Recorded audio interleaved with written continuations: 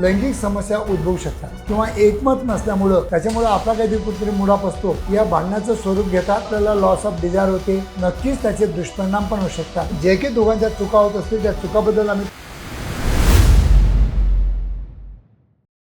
नमस्कार मित्रांनो, आज मी 40 वर्षापासून प्रॅक्टिस करीत आहे. 10 लाखाच्या वर रुग्णांना मी मार्गदर्शन केलेलं आहे आणि या माझ्या अनुभवातून मला एक गोष्ट आढळून आली की केव्हा केव्हा कपलमध्ये कोणतेही प्रॉब्लेम नसताना लैंगिक समस्या उद्भवू शकतात आणि त्याला काय कारणं असतात त्याच विषयावर आज आपण या व्हिडिओद्वारा सायंटिफिक इन्फॉर्मेशन घ्यायचा एक छोटासा प्रयत्न करूया. मित्रांनो, मी आहे doctor Umesh. As a clinical sexologist म्हणून मी गेल्या 40 वर्षापासून छत्रपती संभाजीनगर, पुणे आणि मुंबई येथे प्रॅक्टिस करतो आणि इतर ठिकाणी माझ्या ब्रँचेस आहेत. तर मित्रांनो, खरोखर माझे मराठी व्हिडिओ तुम्हाला आवडत असतील तर नक्कीच माझ्या मराठी चॅनलला सबस्क्राईब करा आणि जास्तीत जास्त आपल्या मराठी बांधवांना शेअर करा, जेणेकरून त्यांना पण माझ्या व्हिडिओचा काही ना काही सायंटिफिक नॉलेज मिळालं पाहिजे किंवा बेनिफिट नक्कीच मिळाला पाहिजे.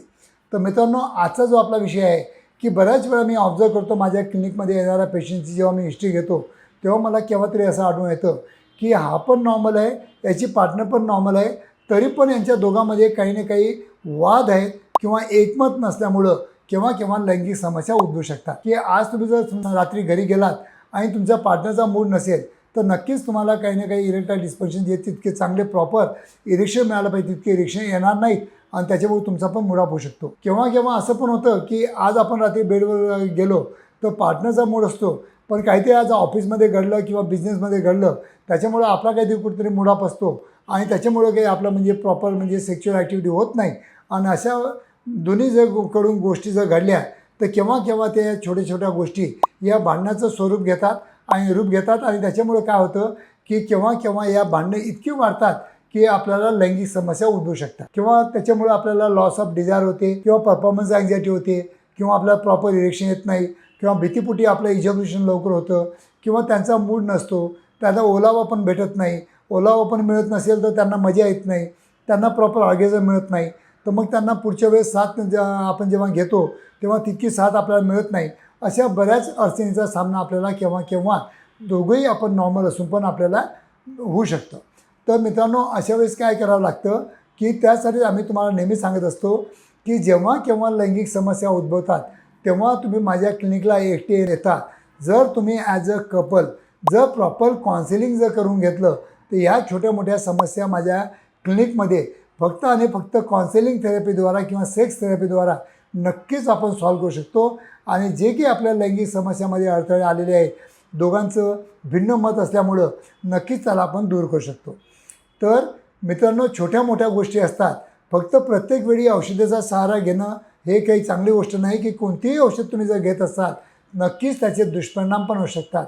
कारण की जर तुम्ही तज्ज्ञ डॉक्टरांच्या अंडरमध्ये प्रॉपर डोजमध्ये कोणतेही औषध जर घेतले तर ते औषध ठरतं. आणि जर तुम्ही तुमच्या मनाने किंवा मित्राच्या सल्ल्यानुसार किंवा यूट्यूबवर व्हिडिओ बघितलं म्हणून तरी काहीतरी घ्यायचं असं जर तुम्ही करत असाल तर ते औषध नसून ते जहर पण होऊ शकतं. तर मित्रांनो, प्रॉपर डोजमध्ये प्रॉपर औषधी घेणं अत्यंत गरजेचं असतं. आणि त्याचबरोबर सगळ्यात महत्त्वाचं माझ्या क्लिनिकमधून जो माझा ट्रीटमेंटचा एक भाग राहिला आहे त्याला मी काउन्सिलिंग म्हणतो किंवा सेक्स थेरपी म्हणतो. तर ती सेक्स थेरपी करणं अत्यंत महत्त्वाचं असतं. कारण की या सेक्स थेरपीमध्ये आम्ही तुम्हाला तुमच्या जे काही दोघांच्या चुका होत असतील त्या चुकाबद्दल आम्ही तुम्हाला कल्पना देतो, त्या दूर करण्याचा प्रयत्न करतो.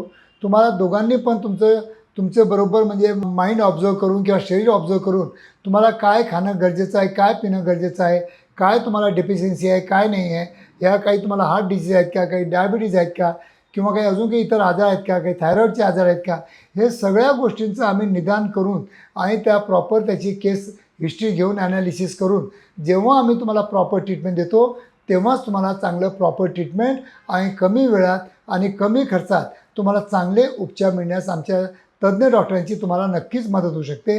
तरी मित्रांनो, जेव्हा केव्हा तुम्हाला लैंगिक समस्या उद्भवतात तेव्हा केव्हाही तुम्ही स्वतः एकटे न येता ॲज अ कपल येऊन कपल थेरपी जर करून घेतलं तर नक्कीच तुम्हाला चांगले बेनिफिट मिळू शकतात.